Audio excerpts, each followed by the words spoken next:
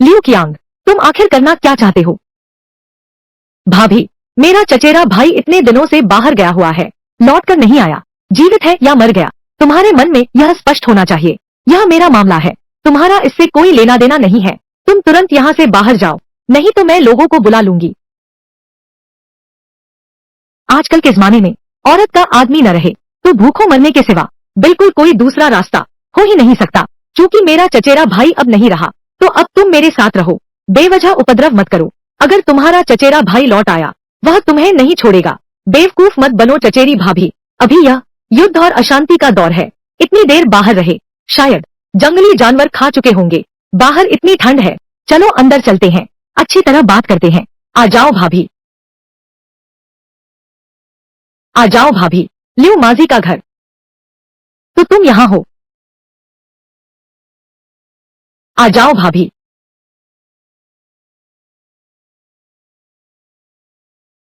तुम्हारी हिम्मत कैसे हुई अपने चचेरे भाई की औरत पर हाथ डालने की? डर नहीं लगता कि वह लौटकर तुम्हें मार डालेगा? दाजियान, मुझे बचाओ। झांग दाजियान, तुम फिर से मेरे काम में बाधा डाल रहे हो। फिर से क्या हुआ? तुम्हारे काम में बाधा डाल रहा हूँ। आज मेरे घर के सामने खड़ा था। सचमुच तुम ही हो। मुझे अनुमान लगाने दो, तुम यहाँ क्यों आए हो? क्या तुम लियू माजी के साथ मिल रहे हो मुझे नुकसान पहुँचाने के लिए? नतीजा यह हुआ कि जब मैं वहाँ पहुँचा तो पाया कि वह घर पर नहीं था, इसलिए उसकी पत्नी के साथ तुम्हारा कुछ चल निकला है ना? तुम बकवास मत करो। क्या मैं बकवास कर रहा हूँ? क्या जियांग यू जी ने? अब गवाह यहाँ मौजूद है। तुमने एक विवाहिता के साथ छेड़छाड़ की है। कल मैं अदालत में शिकायत करूंगी। तुम्हें कितनी सजा मिलेगी पता है? क्या मैंने तुम पर जबरदस्ती की थी? लियू कियांग, अपनी उम्मीद छोड़ दो। तुमने अभी मेरे साथ जो किया है, मैं सब कुछ जिला अदालत को बता दूंगी। अरे दुष्ट औरत, तू मौत को बुला रहा है। क्या तुझे लगता है मैं हवा हूँ? मैं उससे नहीं लड़ सकता। पहले भागो फिर सोचेंगे। तू मेरा इंतजार कर। घास काटो पर जड़ मत छोड़ो। बसंत की हवा फिर उगा देगी। आज रात उसे खत्म करना ही होगा।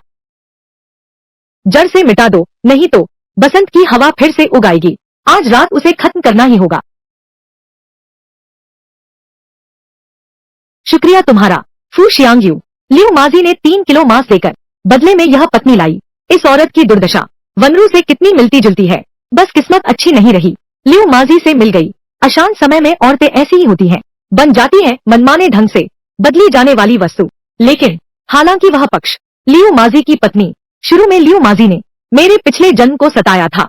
उस समय दूसरे पक्ष ने भी कई बार मदद की।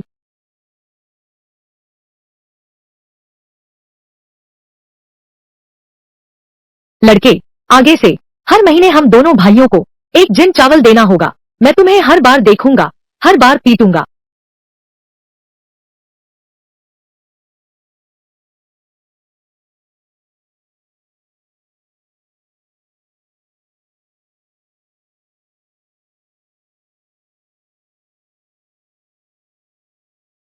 बाद में लियू माजी ने पूछा तो तुम बिल्कुल मत बताना कि मैंने तुम्हें अनाज दिया था।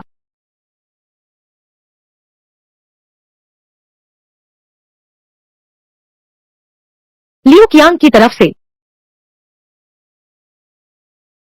लियू माजी, क्या वह मर गया?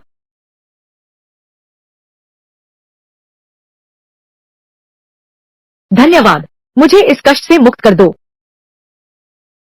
सच्चाई मैं किसी को नहीं बताऊंगा।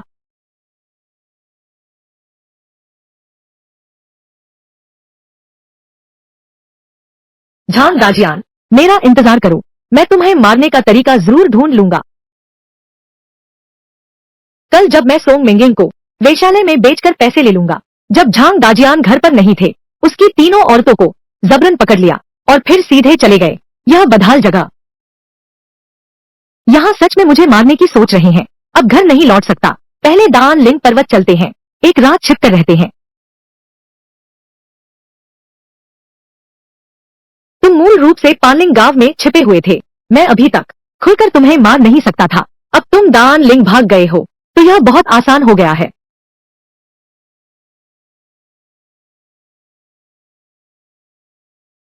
छुटकारा पा लिया। यह पहाड़ बहुत खतरनाक है, एक सुरक्षित जगह ढूंढनी होगी। लियू कियांग, अब क्यों नहीं भाग रहे? मुझे तुम्हें पकड़ने दो, तुम्हारी हालत बहुत खराब होने वाली है। झांग दाजियान, अगर मैं आज की रात बच गया तो मैं तुमसे जरूर बदला लूंगा।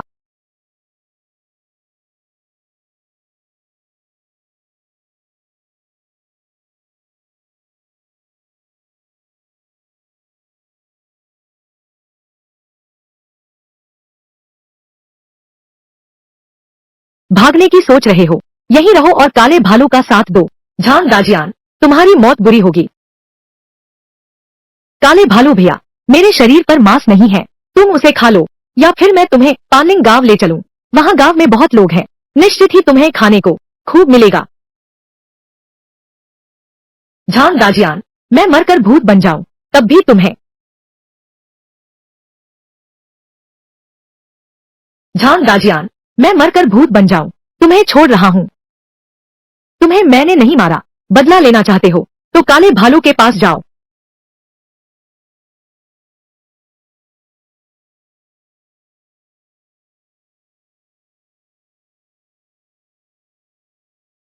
अब से तुम मेरे साथ रहोगे, मैं जीवन भर तुम्हारा ख्याल रखूंगा।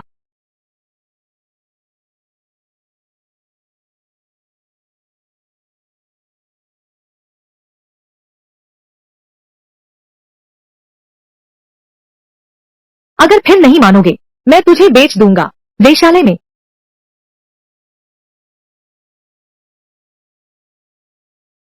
मेरी पूरी जिंदगी क्या इसी तरह खत्म हो जाएगी?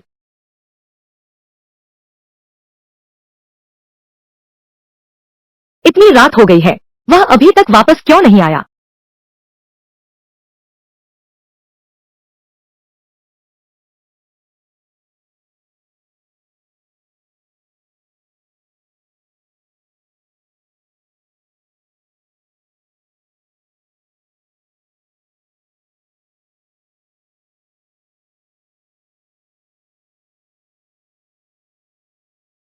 लियू कियांग, वह कहीं पहाड़ पर तो नहीं चला गया?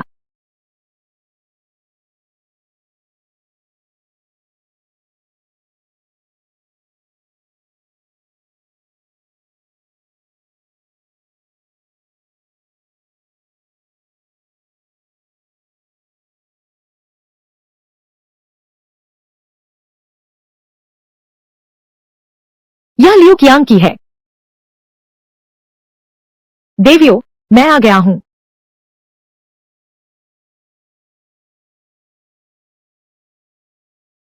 यह क्या है?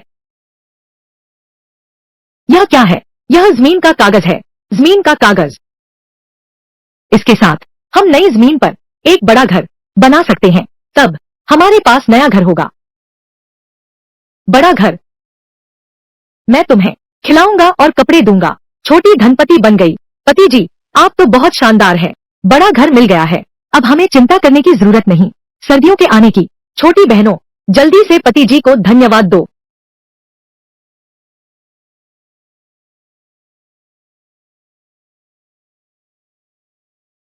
अब तुम्हारी बारी है।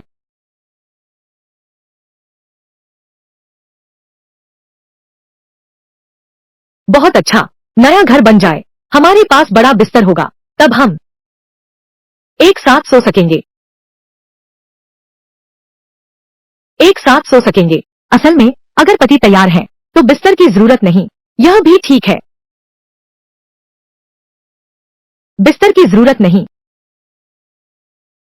वान किंग, यह लड़की मैंने नहीं देखा था, इतनी मस्ती करना जानती है। स्वामी, इतने सारे घर बनाने में निश्चित ही बहुत समय लगा होगा। बस हम कुछ ही लोग हैं, तब तक कब तक बनाएंगे?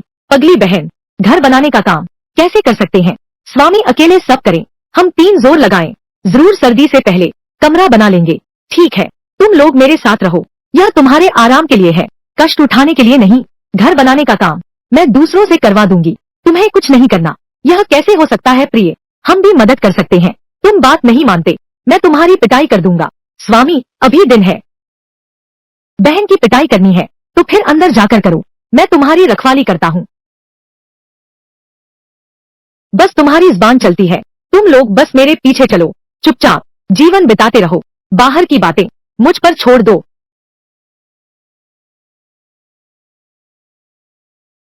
लिन वानरू का दिल +3 हुआ। अभी दिल का स्कोर 93 है। लिन वानकिंग का दिल +3 हुआ। वर्तमान हार्ट वैल्यू 60। लिन वान्यू की हार्ट वैल्यू +3। वर्तमान हार्ट वैल्यू 60। होस्ट को फिर से प्राप्त हुआ है 2 ड्रॉ के अवसर। होस्ट, क्या अभी ड्रॉ करना है? ड्रॉ करो, ड्रॉ करो। बधाई हो मेरे मेजबान, 10,000 रुई के कोड प्राप्त हुए हैं। 1 लाख किलो बाजरा प्राप्त हुआ है। सिस्टम पुरस्कार जारी कर दिया गया है। आपके द्वीप स्थान में कृपया तुरंत जांच करें। 1 लाख किलो बाजरा, 10,000 रुई के कपड़े और अनगिनत शुद्ध नमक और सफेद चीनी, यह सारी सामग्री तो एक छोटा सा गुड़ बनाने के लिए काफी है। इन चीजों से मैं घर बनाऊंगा और लोग ढूंढूंगा। बहुत आसान हो गया।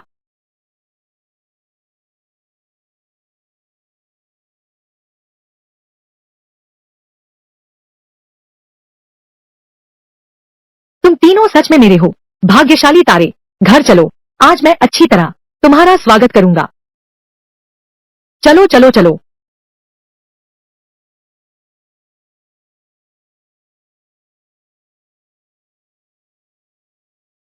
अब की स्थिति देखते हुए अगर सरकार अनाज नहीं बांटेगी तो शायद 90% लोग इस सर्दी से नहीं बच पाएंगे। तुम लोग चावल खाना चाहते हो, खाना चाहते हैं, बिल्कुल खाना चाहते हैं। चावल आएंगे कहाँ से? भूख या ठंड से मरने से बचे रहना बहुत बड़ी कृपा होगी। लगता है यह सर्दी हम नहीं बच पाएंगे। सब मेरी बात सुनो, मेरे पास चावल है तुम्हारे लिए। मेरे पास तुम्हारे लिए चावल है। तुमने अभी कहा हमें चावल दो। हमारे साथ मजाक मत करो, हम इतने भूखे हैं, हमारे पास ताकत कहाँ है? तुम्हारे मजाक का जवाब देने के लिए मैंने जो कहा वो मजाक नहीं था। तुम खुद देख लो।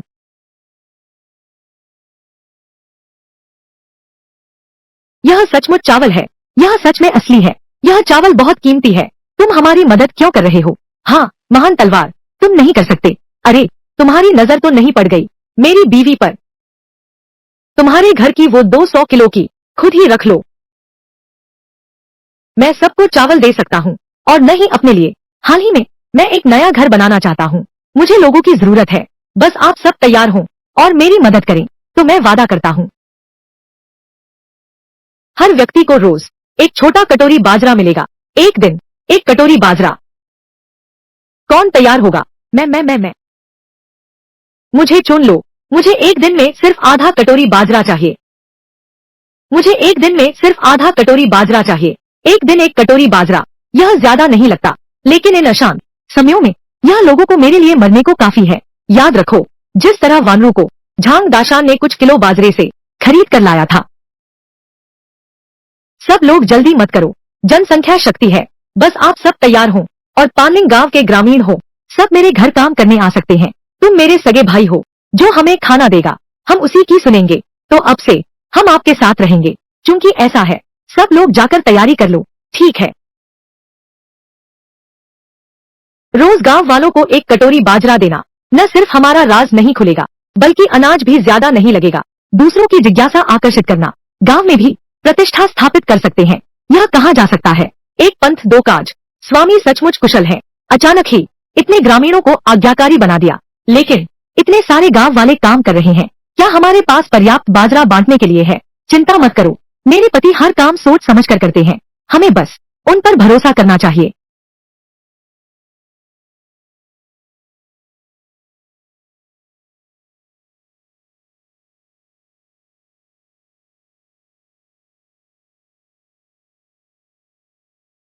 कितना बड़ा घर है, हम अभी तुरंत नए घर में रह सकेंगे।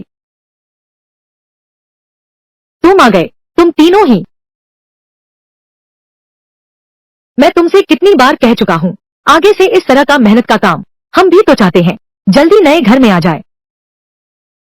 वान किंग, तुम इतनी बेसब्री से, इतनी उत्सुकता से मेरे साथ एक ही बिस्तर पर सोना चाहती हो।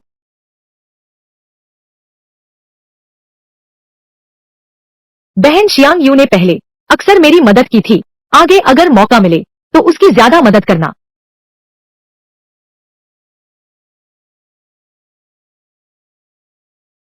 मंजू, मैं देखने जाता हूँ।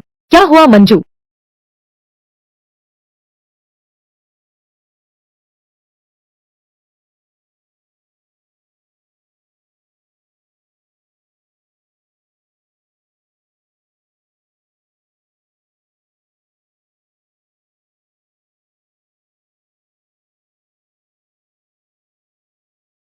मंजू तुम जाग गई, चिंता मत करो, वह बस थोड़ी कमजोर है, 2 दिन आराम करो, ठीक हो जाओगी। धन्यवाद। मेंगयिंग, तुम्हारा आदमी कहाँ है? तुम इतनी कमजोर हो गई हो, इस हालत में क्या वह तुम्हारी परवाह नहीं करता? मेरा आदमी जंगली जानवर खा गया, लेकिन यहाँ तक कि अगर लियू कियांग जीवित होता, वह भी मेरी जान की परवाह नहीं करता।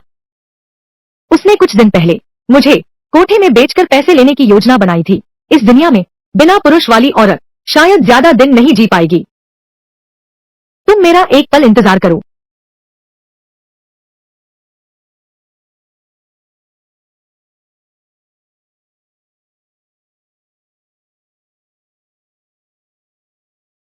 ये चावल, तुम इसे ले लो, तुम अभी इसकी चिंता मत करो, घर जाकर आराम से इलाज करो। ये बहुत कीमती है, मेरे घर में अब नहीं है, जरूरी चीजें बदली जा सकती हैं, बस कुछ किलो चावल है, कोई बात नहीं। अगर तुम्हें चिंता है तो जब तुम ठीक हो जाओगे, मेरे पास तुम्हारे लिए एक काम है, मैं तुम्हें मदद के लिए बुला लूंगा। धन्यवाद। लियू कियांग से मेरी दुश्मनी है, लेकिन सोंग मेंगेंग बेकसूर है, और तो और वह भी मेरी वजह से आज इस हाल में पहुंच गई है। यह काम तो तुम भी मत करो, पहले तुमने मेरी इतनी मदद की थी, अब मेरे पास क्षमता है, मुझे भी तुम्हारी मदद करनी चाहिए। अगर तुम्हें कोई कठिनाई हो बस मुझसे कह देना।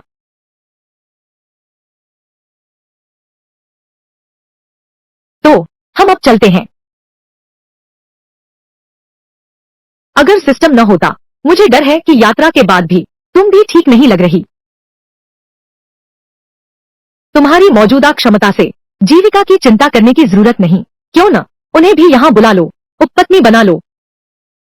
मुझे तो ठीक लगता है, बहन शियांगयू और बहन मेंगेंग इतनी सुंदर, और अब हमारे घर का बिस्तर। ये मुझे सोचने दो। ये सिस्टम शुरू में ही मुझे इनाम देता है, गोल्डन गन पिल। क्या यह जानता है कि मेरे पास होगा?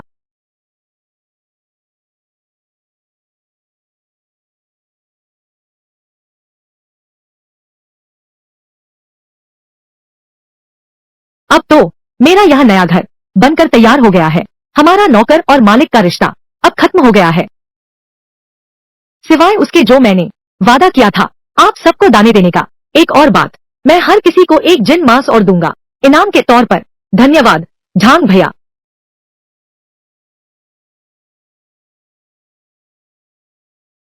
क्या हुआ दोस्तों, अभी तक उदास क्यों हो? ग्रेट स्वॉर्ड भैया, क्या हम तुम्हारे साथ रहूंगा? मेरे साथ रहो, बस तुम हमें दो एक मुट्ठी खाना, ताकि हम भूखे न मरें। तुम हमें जो कहोगे हम वही करेंगे। हाँ हाँ बिल्कुल, हम जानते हैं आपके पास अब क्षमता है, हमें भी साफ दिख रहा है। यहाँ तक कि त्रिशंकु नगर के राजा साहब आपके सामने आदर से झुकते हैं। हमें विनती स्वीकार करें, हमें आपके लिए काम करने दीजिए।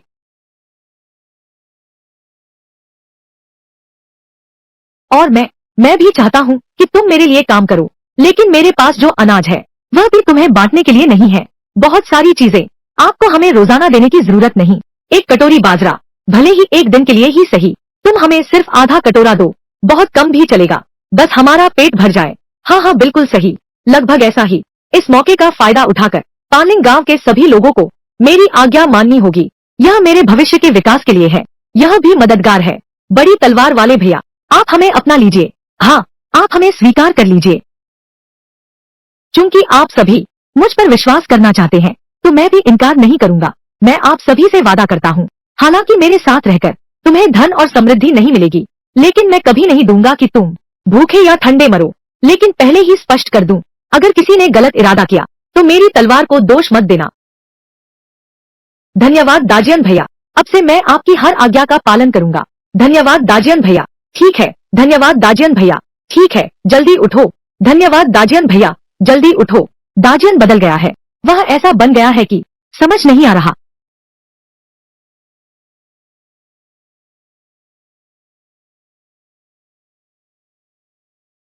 तुम यहाँ कैसे?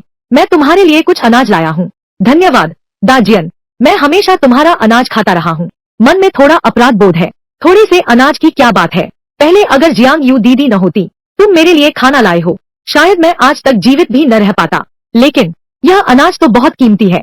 जियांग यू जी, अगर तुमने नहीं लिया तो इन दिनों मैं तुम्हें बार बार परेशान करता रहूंगा। यह जल्दी से ले लो। धन्यवाद महान तलवार। आगे अगर तुम्हें कुछ चाहिए, मदद की जरूरत हो तो बस मुझे बुलाना। तुम अभी यहाँ क्या कर रहे थे? क्या सर्दी नजदीक नहीं आ रही है? मैं घर की मरम्मत करवाने की सोच रहा हूँ। मजबूत कर दो ताकि बाद में कोई गड़बड़ न हो। दीदी, मैं आपकी मदद करती हूँ। मैं इसे सहारा देती हूँ।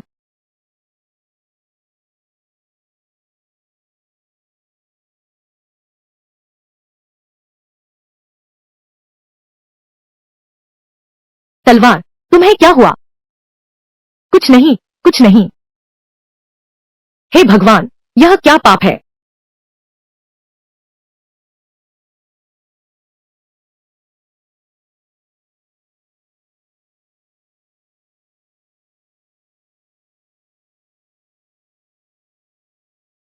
जियांगयू दीदी को क्या हुआ? मैं मैं मैं मैंने कुछ नहीं देखा। अभी अभी जियांगयू दीदी, क्या हम पहले अनाज घर में रख देते हैं? हाँ हाँ हाँ हाँ।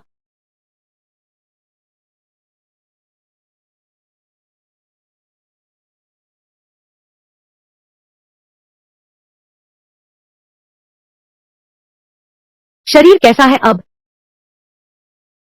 झांग साहब के आशीर्वाद से अच्छा है। यह सुनकर खुशी हुई। तुम दोनों एक साथ कैसे रह रहे हो? हम दोनों दोनों के पति मर चुके हैं। अकेले जीवन बिताना मुश्किल है। दो लोग जीवन थोड़ा बेहतर हो सकता है। पिछले दिनों झांग साहब का बहुत धन्यवाद मदद के लिए हाथ बढ़ाने का। अगर झांग साहब नहीं होते तो शायद मैं अब तक कोई बात नहीं, कोई बात नहीं। यह ठीक है, ऐसा करते हैं। मैंने नया घर बनवाया है, खाली कमरे बहुत हैं। तुम दोनों बस मेरे घर आकर रहो। तेरे घर? मैं तुमसे पैसे नहीं लूंगा। क्या हम सच में आ सकते हैं? क्या तुम बड़े घर में रहती हो? बिल्कुल, बस तुम लोग चाहो। बकवास मत करो। मैं जानता हूँ तुम हमारे भले के लिए ऐसा कर रही हो, लेकिन हमारे पति मर चुके हैं। गांव के लोग सब हमारे पीछे कहते हैं कि हम पतियों के लिए अशुभ हैं। हम तुम्हारे घर चलते हैं, तुम्हारी प्रतिष्ठा खराब हो जाएगी। तो जियांग यू बहन मेरे बारे में सोच रही थी। चिंता मत करो, आज के पैलिंग गांव के लोग सब मेरी सुनते हैं। वे बेकार की बात नहीं करेंगे। तुम उनके मुंह बंद कर सकते हो। कर सकते हो। उनके दिल में क्या चल रहा है? तो ठीक है, कुछ समय बाद वे इस बात को लगभग भूल जाएंगे। तुम लोग फिर मेरे पास आना। तुम्हारा शुक्रिया। तो मेरे कहे अनुसार करो। इस दौरान तुम्हें कोई भी परेशानी हो, मुझसे संपर्क करना। चलता हूँ।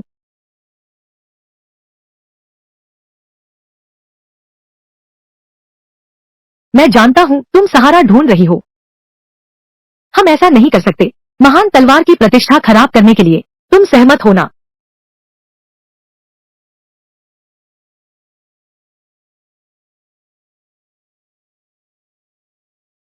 बहुत आरामदायक है। पहले सूप का एक घूंट पी लो। स्वादिष्ट है। समय कितनी तेजी से बीत जाता है। शुरुआत के दिन याद करते हुए हमें केवल घास फूस की झोपड़ी में रहना पड़ता था। मोटे कपड़े पहनते थे, जंगली सब्जियां और पेड़ की छाल खाते थे। अब सब ठीक है। अब हमारे पास सब कुछ है। यह सब हमारे पति की कृपा से है। यह कुछ भी नहीं है। कुछ और दिन बीतने दो। मैं कुछ और चांदी के सिक्के कमाऊंगा। मैं तुम सबको ले चलूंगा किंगलुआन देश की राजधानी में। देखने चलेंगे उस असली समृद्ध राजधानी को कैसी दिखती है। एक बड़ा महल खरीदेंगे। फिर तुम सबको चखवाऊंगा असली पहाड़ी और समुद्री व्यंजन कैसे दिखते हैं। किंगलुआन देश की राजधानी।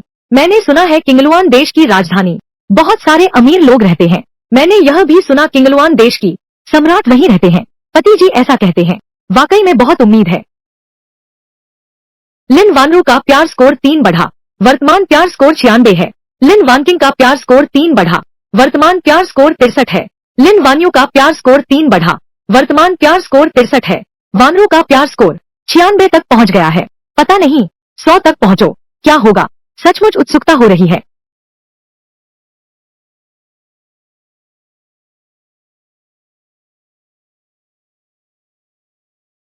प्रिय पत्नियों, समय काफी हो गया है। क्या ऐसा है अब सही काम करने का समय है? आओ जल्दी, मेरी प्यारी पत्नियों, मेरे कोमल फूल होने के कारण मुझ पर दया मत करो। आओ आओ मेरे बच्चे, आओ। मैं एक सेक्सी जंगली बिल्ली हूँ।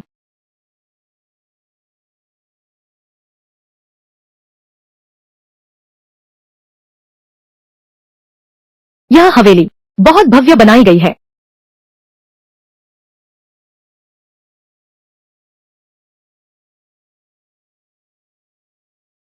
चलो चलो चलो चलो। कितनी सुंदर लड़कियां हैं। सुंदर कहाँ है? लड़कियों डरो मत, बात ऐसी है, हम लोग ये द अनलिंक की किंग फेंग गढ़ी के पहाड़ी डाकू हैं। हालांकि हम पहाड़ी डाकू हैं, लेकिन हमारे भी अपने सिद्धांत हैं। हम बस थोड़ा अनाज लूटते हैं। हम औरतों पर हाथ नहीं उठाते और न ही किसी की जान लेते हैं। बस आप कुछ युवतियों को हमें दे दें, हमें कुछ अनाज दो, हम तुरंत चले जाएंगे। हमारे पास अनाज नहीं है, तुम लोग वापस जाओ।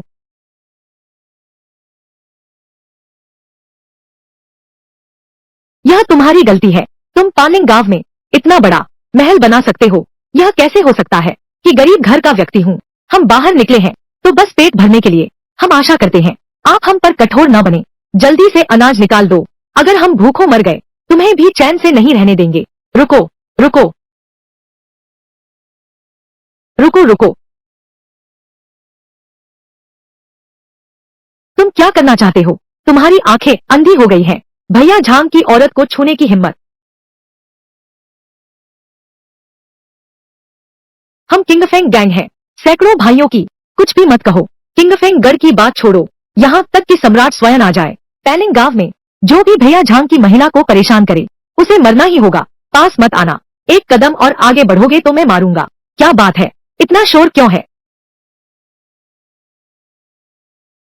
वे कौन है? वे द अनलिंक के पहाड़ी डाकू हैं। हमारे घर अनाज लूटने आए हैं, लेकिन गांव वालों ने रोक दिया। लगता है इन गांव वालों से अपने काम करवाना वाकई एक अच्छा विकल्प है। क्या सिर्फ तुम ही अनाज लूटोगे? सच बोलते हो। हम भी तो जीने के लिए मजबूर हैं, पेट भरने की कोशिश कर रहे हैं। महाराज, क्या आप हमें कुछ अनाज दे सकते हैं? आप इस बार यहाँ आए हैं, मैं आपको अनाज देता हूँ, तो अगली बार जब आप आएंगे क्या फिर से मुझे अनाज देना होगा आपको? मेरा यह पन्निंग गांव कई सौ लोगों का है, मेरा इंतजार कर रहे हैं। मेरे पास जो अनाज है मैं तुम्हें दे दूंगा, तो उनका क्या होगा? तुम लोग पास मत आना। क्या उन्हें मार देना चाहिए? बस आपकी एक आज्ञा, हम अभी काम शुरू करते हैं। तुमने हमसे जो अनाज छीना है वहीं रख दो, तभी तुम जा सकते हो। यह हो ही नहीं सकता।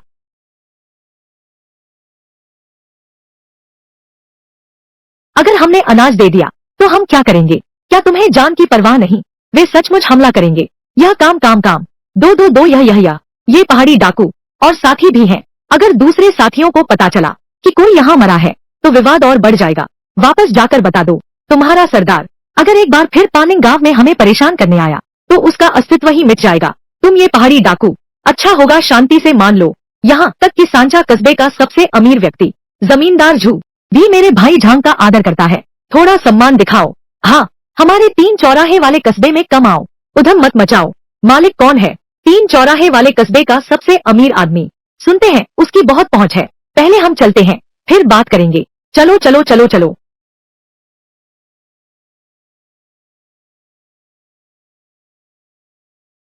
द आन लिंक के आसपास के पहाड़ी डाकू ज्यादातर लड़ाई की वजह से बेघर बने शरणार्थी मुख्य रूप से अनाज लूट कर गुजारा करते हैं।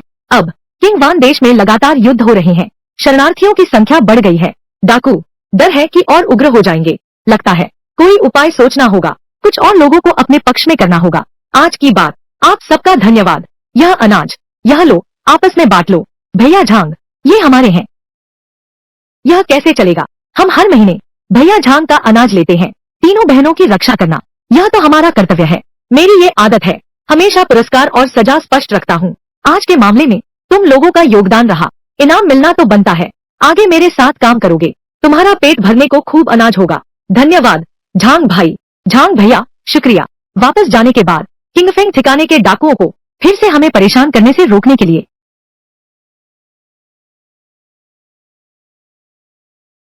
तुम लोगों को हाल ही में थोड़ा सावधान रहना होगा, किसी भी हाल में कुछ मत होने देना।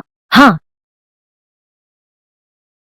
तुम कह रहे हो पानिंग गांव में एक बड़ा सेठ आ गया है और वो 3 चौराहा कस्बे के सेठ वांग से जुड़ा हुआ है। झूठा तो बिल्कुल नहीं लगता, और पानिंग गांव के सारे ग्रामीण उस बड़े सेठ ने अपने अधीन कर लिए हैं। दिलचस्प बात है, यह तो सोचा नहीं था पानिंग गांव में ऐसा शख्स निकला है। हमारा अनाज लूट लिया गया है। क्या हो अगर मैं कुछ और साथी लेकर अनाज वापस छीन लाऊं, चाहे उसका संरक्षक कोई भी हो। क्या बकवास है वह राजा वांग, वह अनाज तो हमारी जान है। उस आदमी का क्या नाम है? क्या नाम है? झांग दाजियान। बॉस, आप आदेश दीजिए, मैं अभी लोगों को लेकर जाता हूँ। उस अनाज को वापस छीन लाते हैं, इतनी परेशानी की जरूरत नहीं। बस मेरे हाथ में आते ही झांग दाजियान वह खुद ही वह अनाज सौंप देगा। लिनफी, तुम तीनों का परिवार लेकिन अभी अभी मेरे किंगफेंग गढ़ में शामिल हुए हो और तुम्हारी हिम्मत ऐसी बड़ी बड़ी बातें करने की। सच कहूँ तो झांग दाजियान मेरा रिश्तेदार है, यहाँ तक कि उसकी वर्तमान पत्नी भी, वह भी मेरी अपनी बहन है। जो उसने कहा वह सच है, बिल्कुल सच है। गढ़नायक, हमने कुछ समय से एक दूसरे से संपर्क नहीं किया, सोचा नहीं था वह भी अमीर हो गया। बस हम 3 हो, कुछ और लोगों को साथ ले चले, हम गारंटी देते हैं खोया हुआ अनाज पूरा वापस ला सकते हैं। बिल्कुल, मेरा और झांग दाजियान का रिश्ता है, शायद फिर भी मनाया जा सकता है। वह किंगफेंग गढ़ के साथ मिलकर काम कर रहा है। आप कुछ और लोग भेज दीजिए तो हम अधिक अनाज वापस ला सकेंगे। तुम लिन फेई तीनों के साथ एक बार फिर पैलिंग गांव जाओ, इस बार जाकर ज्यादा लोगों को साथ ले जाना याद रखना। जी बॉस। तुम लोग याद रखो, मेरे किंगफेंग किले का अस्तित्व सिर्फ इसलिए है ताकि सबको खाने को मिले और जीवन बसर हो सके। इस बार पहाड़ से उतरकर किसी महिला को जबरदस्ती मत उठाना, जान लेना।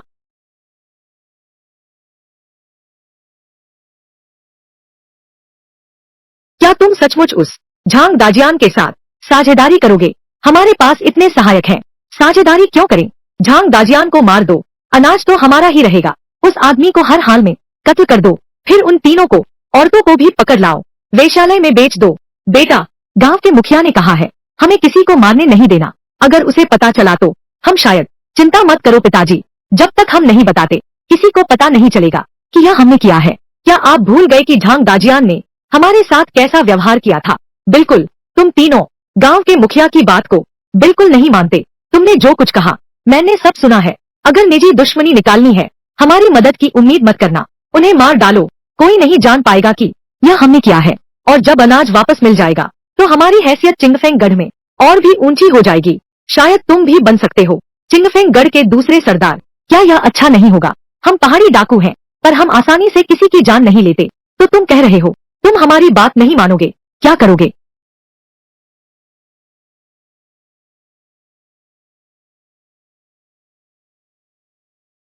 मेरे साथ काम करो, मैं तुम्हें धन दौलत का जीवन दूंगा। यही हश्र होगा। बेटा, तुम तो बड़े चालाक होते जा रहे हो, इसी तरह चलता रहा तो किंगफेंग किले का सरदार भी तुम्हारे कब्जे में आ जाएगा। वह लड़की सुंदर है और कुशल योद्धा भी, तुम्हारे लिए एक बनाना ठीक रहेगा। गर्म बिस्तर वाली दासी, चलो चले।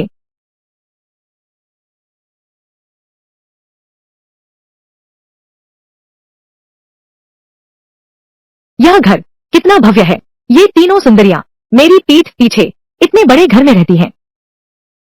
कितना अनाज होगा, वे सब कुछ छीन लेंगे। हम चुपके से अंदर जाएं। झांग दाजियान और उनके लोगों को बांध दो। पहले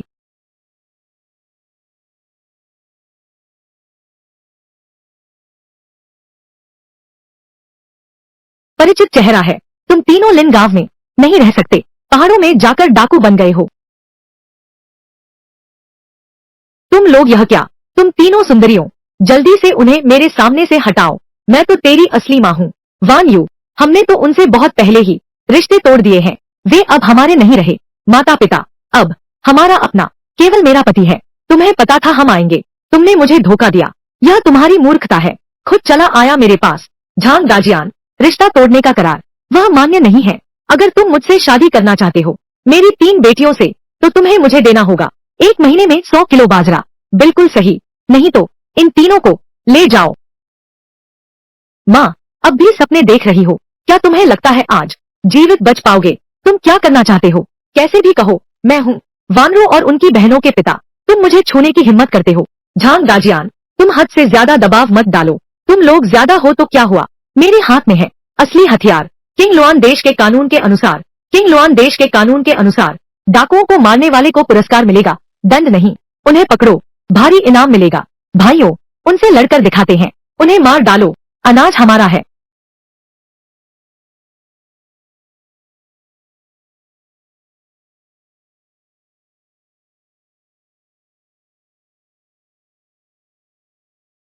लिनफी, मैं भूत बनकर भी तुझे नहीं छोड़ूंगा। इस बार शेर को जंगल में मत छोड़ना। जल्दी उठो। तुम ठीक तो हो बेटे? अब क्या करें? क्योंकि मैं हूं तुम्हारा अपना खून, तुम यहीं रुको, मेरी जगह मरो। बेटा, बेटा हिलना मत। यही है साथ जीवन, इतने सालों से परिवार। भाग्य से पति यहाँ है, वरना हमारी हालत और भी बुरी होती। भागना चाहते हो?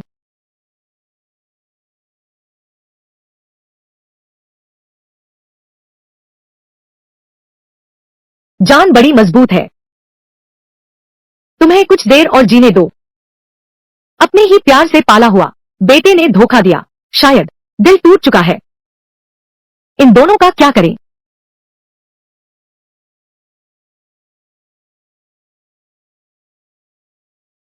हमने इन दोनों से सभी संबंध तोड़ लिए हैं। वे पति जैसा चाहे वैसा करें। आप दोनों को ध्यान में रखते हुए वानरों और अन्य लोगों पर उन्हें जन्म देने के एहसान के लिए मैं तुम्हें नहीं मारूंगा। धन्यवाद। उनके पैर तोड़ दो, उन्हें दान लिंग पर्वत पर फेंक दो। हा हा हा।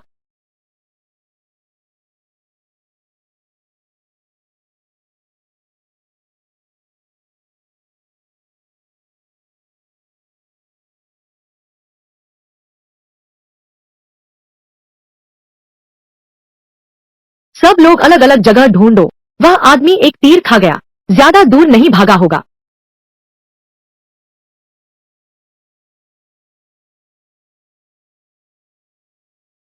झांग दाजियान, मैं तुम्हें अवश्य टुकड़े टुकड़े कर दूंगा। और लिन वानरू, तुम तीनों, छोटी सुंदरी, जब मैं बदला लेकर जीवित वापस आऊंगा तो तुम सबको वेश्यालय में भेज दूंगा, तुम्हारी जिंदगी नर्क बना दूंगा। जियांग यू बहन, सुनने में आया है कि हाल ही में दा अनलिंग के डाकू काफी बढ़ गए हैं। तुम कहते हो हमारा पानलिंग गांव कहीं खतरे में तो नहीं है? चिंता मत करो, बड़ी तलवार हमारे साथ है, कुछ नहीं होगा।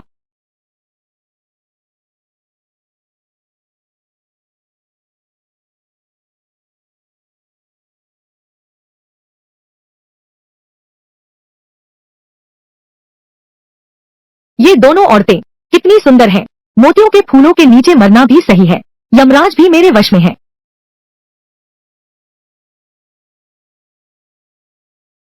तुम कौन हो, मैं कौन हूँ, यह महत्वपूर्ण नहीं।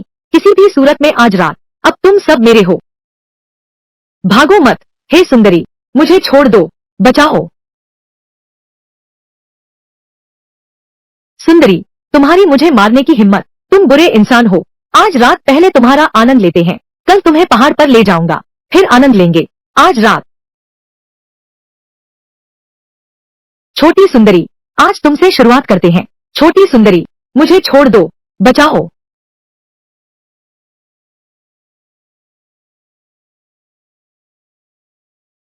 बड़ी तलवार भाई, तुमने मुझे कैसे पहचाना?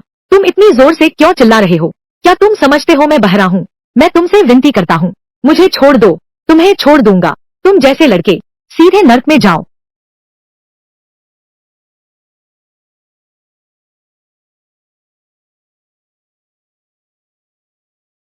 कपड़े, तलवार, आज अगर तुम नहीं आते तो शायद हम। यह मेरी गलती है। यह आदमी तो मुझसे झगड़ने आया था, मैंने उसे समय रहते नहीं पकड़ा। बड़ी मुसीबत होने वाली थी। लेकिन तुम लोग चिंता मत करो, आज से पन्निंग गांव में फिर कभी ऐसा नहीं होगा। भैया झांग, तुम्हारे होने से कितना अच्छा है। तो तुम जल्दी सो जाओ, मैं इसे संभालता हूँ।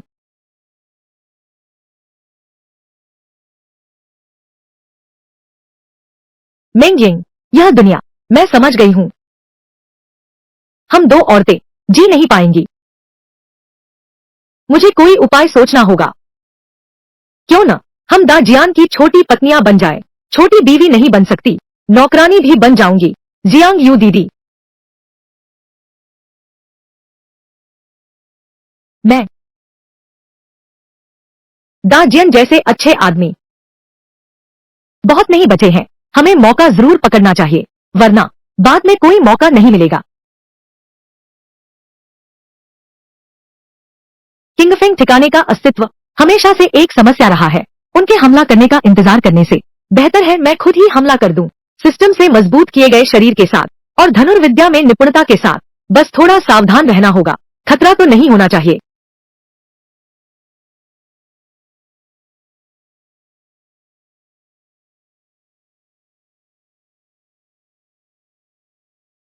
तुम लोग यह क्या, हमें भी अपने साथ ले चलो। वे पहाड़ी डाकू लगातार हमें परेशान कर रहे हैं। क्या आप खुद पहाड़ पर जाना चाहते हैं उन खतरों को खत्म करने के लिए? अगर आप नहीं होते तो हम शायद बहुत पहले भूख से मर गए होते। हम आपके साथ चलने को तैयार हैं। बड़े भाई झांग जीवन मृत्यु के संकटों में साथ रहा है। चूंकि आप सभी आज हमारा साथ देने को तैयार हैं, तो चलिए हम मिलकर उस किंगफेंग गढ़ की ओर चलते हैं। थोड़ा घूमते हैं।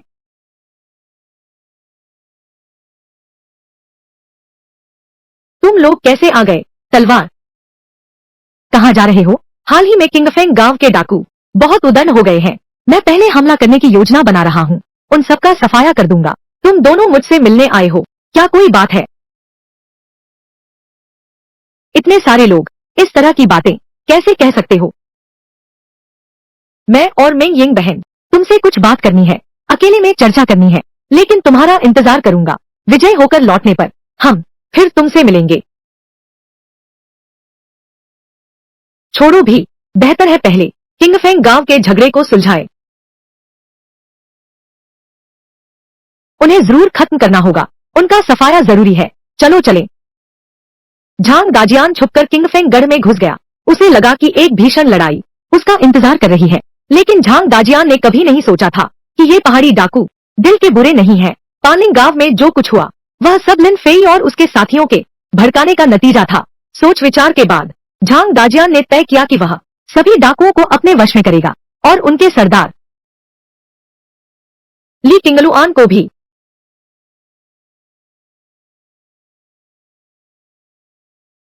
यह रुई का कोट है। अगर हम सच में कर सकें इस तरह का रुई का कोट पहनना, तो फिर किसी सर्दी से क्या डरना। सिस्टम से मिला इनाम यह कोट इस वक्त भी काम आ गया। सिस्टम के इनाम की मदद से ये सामान पानिंग गांव से बाहर विस्तार करें। इससे बेहतर है कि सीधे अनजान शहर में जाएं। यह कहीं अधिक सुरक्षित है। ये रुई के कपड़े मैंने सबके लिए तोहफे के तौर पर तैयार किए हैं। सब लोग क्रम से आकर लें। जल्दी मत करो, हर किसी को मिलेगा।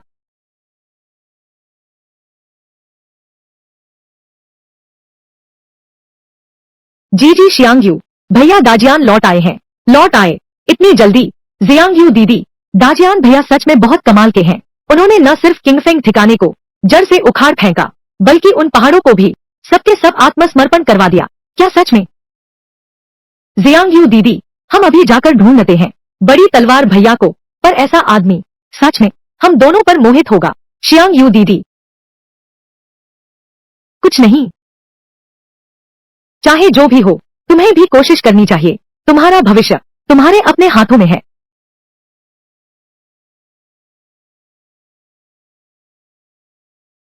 बड़ी तलवार वाला भाई लौट आया है। क्या तुम हो? माँ, जियांगयू, तुम्हारे पति लियू माजी मर गया है। मर गया तो अच्छा ही हुआ, तो तुम तुरंत दूसरी शादी कर लो। संयोग से हमने तुम्हारे लिए ढूंढा है एक बड़े घराने में। तुम्हारी सूरत भी अच्छी है। तुम्हारी शादी उनसे छोटी पत्नी बनाकर कर देंगे। पक्का एक मोटी रकम भी मिल जाएगी। तुम लोग ऐसा कैसे कर सकते हो? हमारा क्या हाल है? तुम मेरी ही पैदा की हुई हो। क्या मैं तुम्हें संभाल नहीं सकती? 2 साल से मिले नहीं हो। ये शैतान लड़की अब बड़ी हो गई हो क्या? लेकिन बेटी, पहले ही किसी पर दिल आ गया है। बेटी अपनी जिंदगी खुद संवारेगी। किस कमीने दिलदार की बात कर रही है? क्या दिलदार पेट भर सकता है? अगर तू उस दिलदार के पीछे चली गई तो अनाज के लिए हम क्या देंगे? पैसे बदलवाने आए हो। और एक बात, तुम अपने उस दिलदार के पीछे क्या सर्दी आने तक इंतजार करोगे ठंड से मरने के लिए? ऐसा नहीं होगा। शियांग यू बहन को सताने की इजाजत नहीं है। यह छोटी लड़की दिखने में बहुत सुंदर है। माम बाप, हम दोनों के पति मर चुके हैं। हम सब बेचारे हैं, इसलिए हमें छोड़ दो। पति मर चुके हैं। लड़कों जैसा अच्छा नहीं है। ठीक है, तुम दोनों को एक साथ बेच दूंगी। निश्चित रूप से ज्यादा अनाज बेच पाएंगे। बिल्कुल ठीक, तुम दोनों को एक साथ बेच दूंगी। निश्चित रूप से ज्यादा अनाज बेच पाएंगे।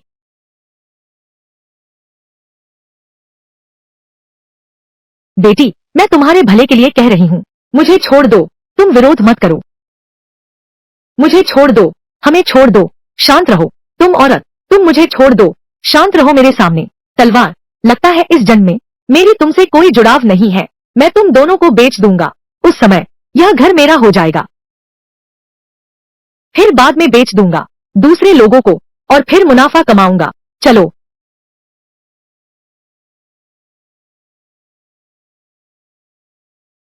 क्या शानदार हवेली है हमारी बेटी। अगर बेच पाते इतने बड़े घराने को तो अच्छे दाम मिल ही जाएंगे।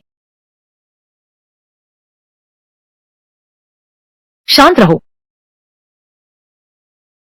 बेकार के लोग, तुरंत चले जाओ। कृपया आप लोग जाइए। अंदर वालों से थोड़ी सहूलियत दिलवा दो। हमारा बहुत जरूरी काम है। अंदर के बड़े साहब से बात करनी है। जरूरी मामला है। चालबाजी मत करो।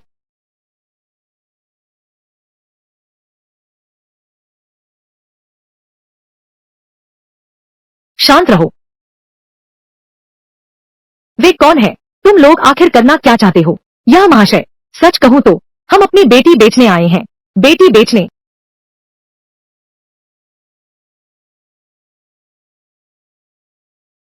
यही वे दोनों हैं। कहा कि आपसे जरूरी काम है। तुम लोग मुझे ढूंढ रहे हो। तुम लोग मुझे ढूंढ रहे हो। इस छोटे आदमी बोचे ने महान व्यक्ति कुई को प्रणाम किया। महोदय को प्रणाम। तुम लोगों ने मुझे क्यों बुलाया है? महोदय, बात यह है, मेरी बेटी कहाँ है? उसके पति की मृत्यु हो गई है। तुम इस एक व्यक्ति को देखो। निश्चित ही सर्दी का मौसम बहुत कठिन रहा होगा। यही तो है। कुछ समय पहले सुना था कि आप यहाँ एक हवेली बनवा रहे थे। यहाँ के बड़े घराने में से हैं। इसलिए हमने सोचा अपनी बेटी को ले आए। आपकी नौकरानी बनने के लिए बेच दी गई है। यह आसान नहीं है। क्या वह भूखी या ठंड से मर नहीं जाएगी? जी हाँ महोदय, यह मेरी बेटी के अलावा बस यह छोटी सी लड़की है। उसका भी पति मर चुका है। वह मेरी बेटी के साथ रहना चाहती है। आपको बेच दिया गया। सब खत्म। लेकिन इन लोगों को बेच दिया गया। अमीर घरानों को शायद इस जीवन में फिर कभी नहीं होगा मुड़ने का मौका। शायद वनरू और उनके साथ माता पिता जैसे बेटी को बेचकर पैसे कमाना चाहते हैं। लेकिन ये दोनों कैसे दिखती हैं? इतनी जानी पहचानी। नहीं चाहती। नहीं नहीं, कुछ नहीं। नहीं नहीं।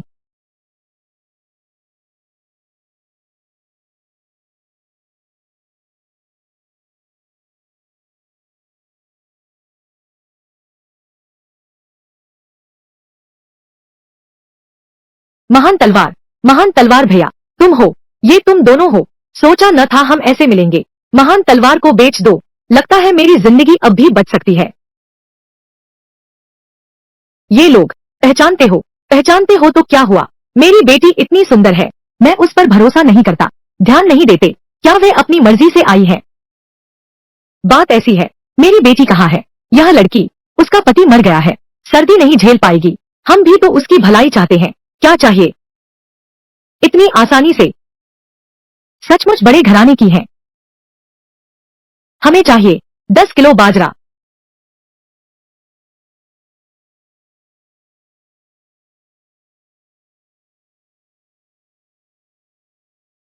क्या मैंने कम तो नहीं मांगा? ये सामान ले लो। ये सामान ले लो। ये 10 किलो बाजरा हमारा हिस्सा है। हमें और चाहिए। बस यही सामान है। अगर अभी नहीं गए तो तुम्हारी टांगे तोड़ दूंगा। हम जा रहे हैं, अभी जा रहे हैं। हम अभी जा रहे हैं। हम भागते हैं। रुको जरा। यह आदमी, क्या तुम मुकर गए? महोदय, आपका और क्या आदेश है? आज से वे दोनों, तुमसे कोई लेना देना नहीं रहेगा। अगर तुमने उन्हें फिर परेशान किया तो मैं तुम्हें फेंक दूंगा। दान पर्वत पर बाघ को खिलाते हैं, समझ गए? महानुभाव, हम अभी लुढ़कते हैं। जल्दी चलो, जल्दी चलो।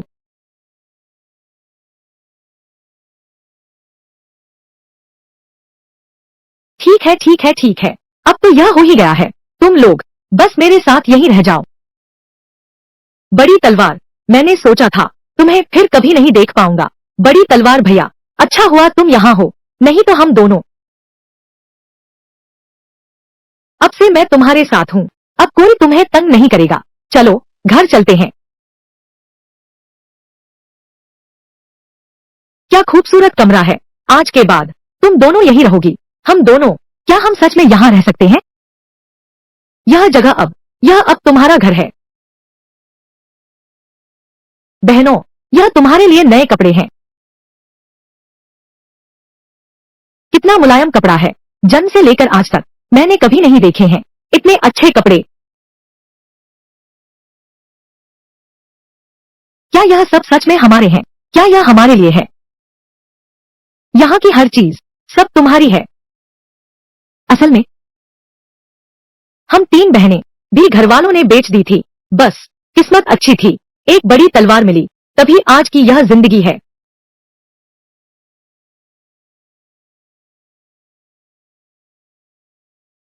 अभी कितने ही दिन बीते हैं, सांचा कस्बे के आसपास इतने सारे दिखने लगे हैं। भूख से मरते शरणार्थी। लगता है किंगलुआन देश सचमुच बड़े उथल पुथल में है। यह है डॉक्टर झांग का नया आवास। आपने कठिन परिश्रम किया। धन्यवाद सेठ जी।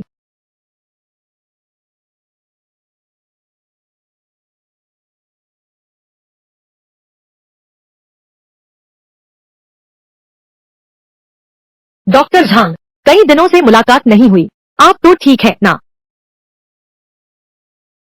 मुझे नहीं पता कि सेठ वांग इतनी दूर से आने का कारण क्या मामला है मेरे पास। डॉक्टर झांग, इस बार मैं आया हूँ यह पूछने के लिए, क्या आपने हाल ही में कुछ बनाया है?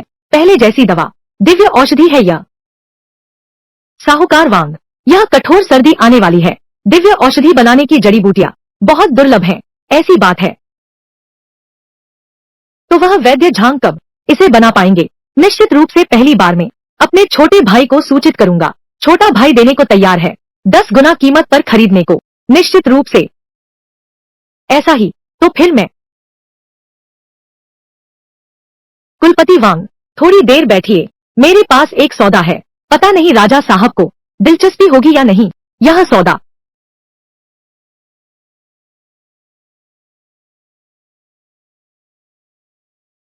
यह डॉक्टर जादूगर सचमुच देवता जैसा है। वह कहाँ से आया है? जादू से निकला शराब का घड़ा।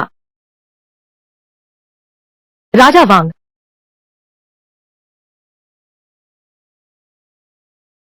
कितनी खुशबू है।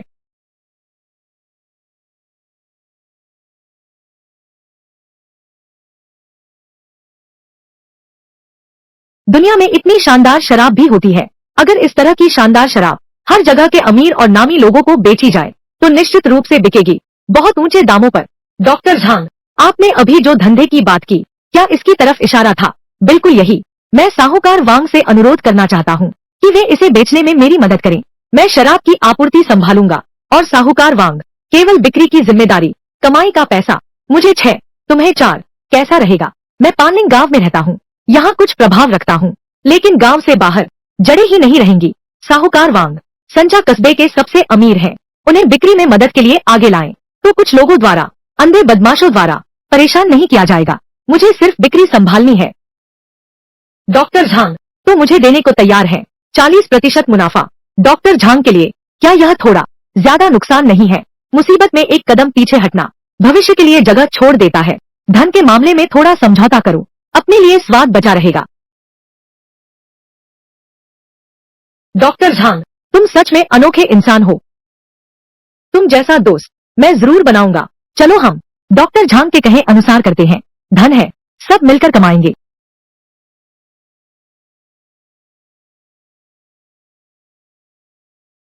जिलाधिकारी महोदय, आंख क्यों भर रहे हैं? राजकुमार वांग, आप नहीं जानते, पहले ही मुझे हरा दिया है। किंगलुआन देश के 16 शहर, अब तो बर्बर सेना जियान काउंटी के पास पहुंच चुकी है। आप कहते हैं, क्या यह सच है? बिल्कुल सच है। अगर जियान काउंटी हार गई तो शायद आसपास के गांव भी बस आफत आने वाली है। आसपास के गांव और कस्बे बस आफत आने वाली है। तो मेरी किंगवान साम्राज्य की सेना कितने प्रतिशत संभावना है कि जियान की रक्षा कर सके? दरबार अक्षम है, सेना का अनुशासन ढीला है। जैसे ही बर्बर जनजातियों से संपर्क हुआ, हमारी सेना बिखर गई। मेरे विचार में स्थिति बहुत गंभीर है। राजकुमार, मेरी एक सलाह मानिए, घर का सारा धन लेकर अपने 3 मार्गों वाले कस्बे को छोड़ दीजिए।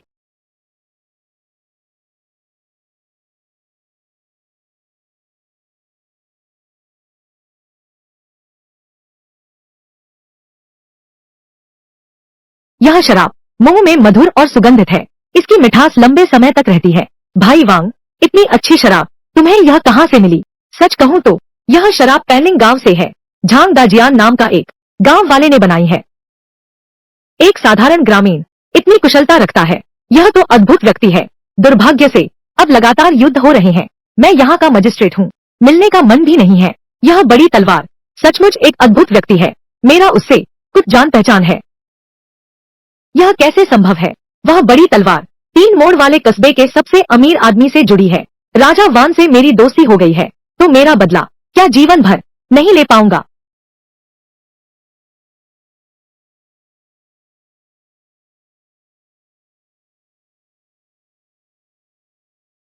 जल्दी नहीं, बस मुझे जिला मजिस्ट्रेट के पास रहना है, अच्छे से काम करना है। मुझे जरूर मौका मिल जाएगा।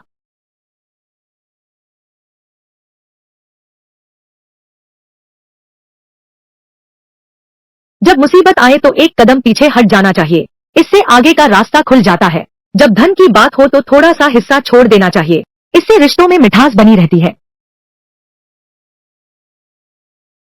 यह महान वैद्य वास्तव में एक भरोसेमंद इंसान है। अब जब युद्ध शुरू होने वाला है, मुझे फिर भी यही करना चाहिए। उसे एक चेतावनी देना ही ठीक होगा। वांग भाई, क्या आपकी बात सच है?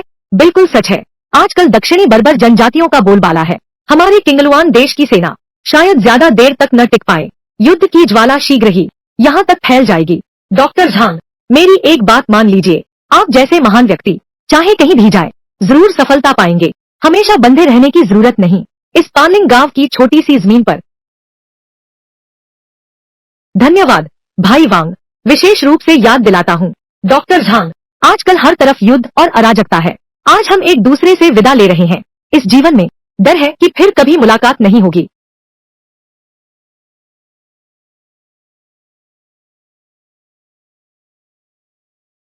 अपना ख्याल रखना।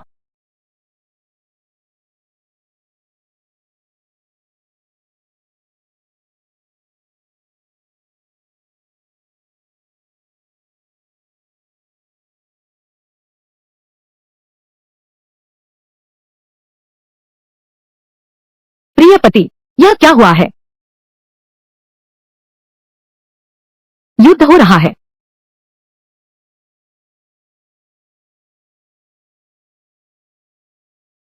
तुम सबको सामान समेटने के लिए कहो, हम पालिंग गांव छोड़कर चलेंगे। स्वामी, दीदी वो गर्भवती है।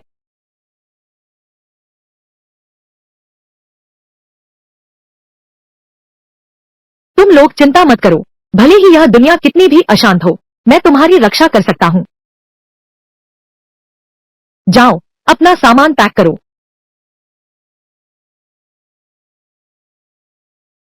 लिन वानरू की स्नेह रेटिंग में 2 अंक जुड़े। वर्तमान स्नेह रेटिंग 100 है।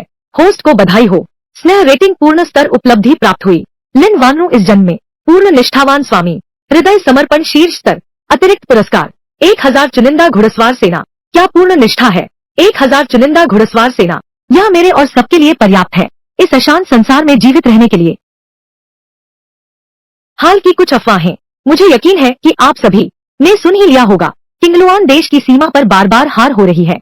मेरा विश्वास है कि युद्ध अब ज्यादा दिन नहीं, पैलिंग गांव तक पहुंच जाएगा। सच कहूं तो मैं अपने परिवार को लेकर चला जाऊंगा। पालिंग गांव छोड़ो, तुम में से कोई जो चाहे मेरे साथ चल सकता है, मेरी सेवा में बना रहे। अगर कोई नहीं चाहता मैं उसे दोष नहीं दूंगा, मैं उसके लिए छोड़ दूंगा पर्याप्त संसाधन। उसे इस सर्दी से बचा लो। चुनाव का अधिकार। हम आपके साथ चलने को तैयार हैं। हमारी जान सब भैया झांग की देन है। आप हमें मरने भेजें तो भी हम नहीं हिचकेंगे, बिल्कुल नहीं हिचकेंगे। मैं हर कीमत पर तैयार हूँ।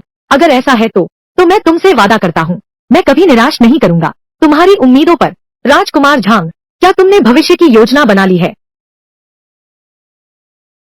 एक कदम चलकर देखते हैं। मेरे पास एक सुझाव है। बेइजिंग शहर यहाँ से लगभग 300 ली दूर है। वहाँ पहाड़ों से घिरा हुआ है। रक्षा करना आसान, हमला करना कठिन है। एक योद्धा मुहाने पर पहरा दे तो हजारों योद्धा भी नहीं जीत सकते। क्यों न श्रीमान झांग अपने लोगों को ले जाए। उत्तरी शहर में छिपे रहो, ताकत जमा करो। अगर किसी दिन सचमुच दुनिया में अफरा तफरी मच जाए तो हम खुद को बचाने में सक्षम होंगे। तो चलो हम वहीं चलते हैं।